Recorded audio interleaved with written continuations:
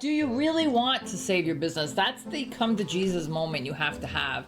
And if you do, what would you do? What extent will you go to save your business? Resourcefulness is sexier than helplessness. Oh, I love this. You have to find the curiosity down deep, especially if there are repercussions in your financial future of your business. I mean, this is how you pay your bills. The SBA does not allow you any opportunity to work it out through a temporary challenge in your business. And when I say temporary, I don't mean 6 months, okay? The SBA, I mean people who are having supply chain, tariffs, employment, and they're still trying to recover. They need longer than 6 months. The SBA doesn't give you any options. You can't do offer in compromise. You can't work out a payment plan. These are all things you do if you owe taxes to the IRS. Which we've talked about ad nauseum. Well, in response to that, we were doing videos about bankruptcy, which seems like the only option. Then I'm like thinking about, wait a minute, especially one particular phone call where the woman purchased our full EIDL resource hub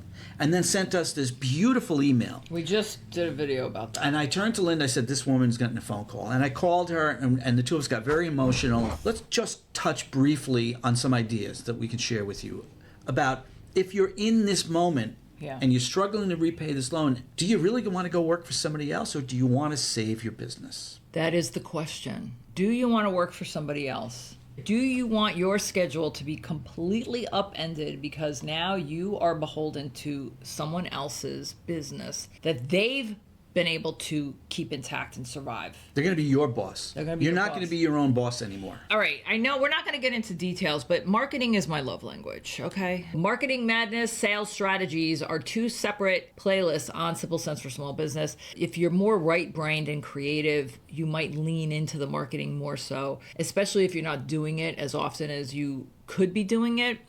I got to interrupt here because I have to say this to you, though, you fellow small business owners.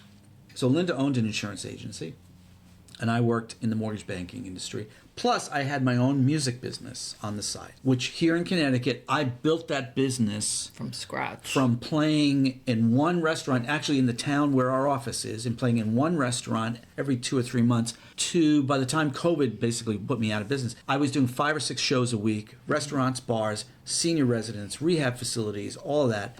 And I did that. I got the business to that point through marketing. Yes. And when I was a 100% commissioned loan officer who had to find people who needed to refinance their house or buy a house, I needed to market. And the thing that confounds us time and again in our thousands of conversations with small business owners, both as our role here as COVID EIDL experts, but also as general small business consultants, and we have worked directly with clients here in Connecticut. Time and again, we say to people, well, why don't you throw up some Instagram videos? Or why don't you do a birthday card mailing to your customers? All kinds of ideas that go. And they're like, oh, that's a good idea. I should do that. Yeah, and they don't. Don't you need money? If your business is failing, what's it going to take for you to save your business? I want to kind of wrap this up a little bit with let me give you the script to help you. That's literally the final point. Okay, good. Script, okay? So this is the thing about why we're talking about this, which technically doesn't have anything to do with EIDL, but it has everything to do with you running your business, making money to afford a debt that you signed for, that you took responsibility that you were going to take this loan. We saw thousands of business owners get this loan. Well, 4 million. Get the COVID EIDL. Right, but that's not counting PPP. But 4 million people did not contact us. So, sadly, yes. So this is the reality check segment of the show. We saw business owners where we had to tell them why they weren't going to get approved for the loan, or they weren't going to get approved for the increase. You name it. We had to deliver bad news every day of the week for at least 3 years, and the things that we told them, they did not understand. 2 years. 2.5 years. 26 months was the program. Yeah, 26 months. Okay. That's not 2.5. It's 2 years and 2 months. Okay, whatever. It felt like 3. Hashtag math is fun.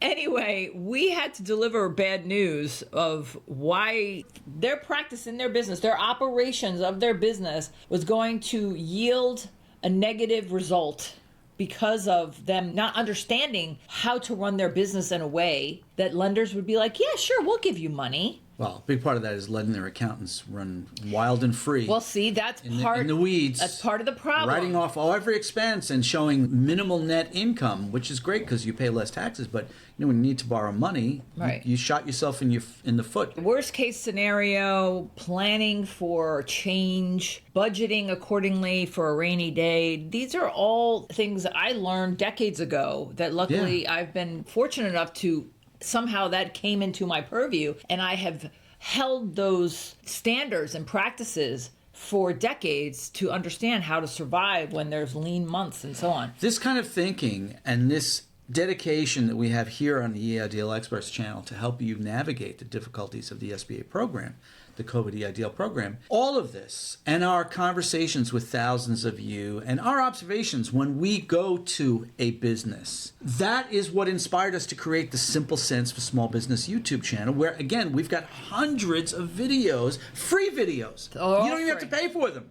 Go there. There's advice about marketing. There's videos about strategies, about basic, boring operations stuff. We have a couple dozen playlists. This is the other thing, too, with this channel. It is primarily, its function is to bring into your purview potential mistakes that are real mistakes we've made, we've seen, we overcome, we've conquered, and we bring them to you so that you can be aware. Shorten the learning curve.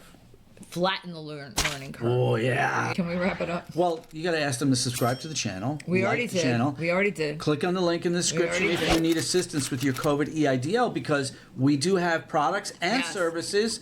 Currently, for the month of July, we're still offering 1-hour consulting calls. Yes.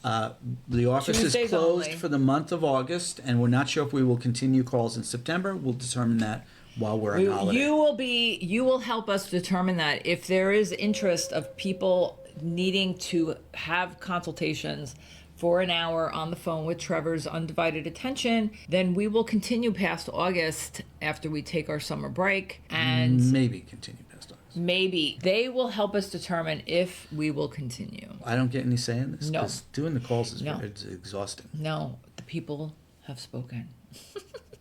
I'm Trevor. I'm Linda Ray. We'll see We you are next time. EIDL Experts,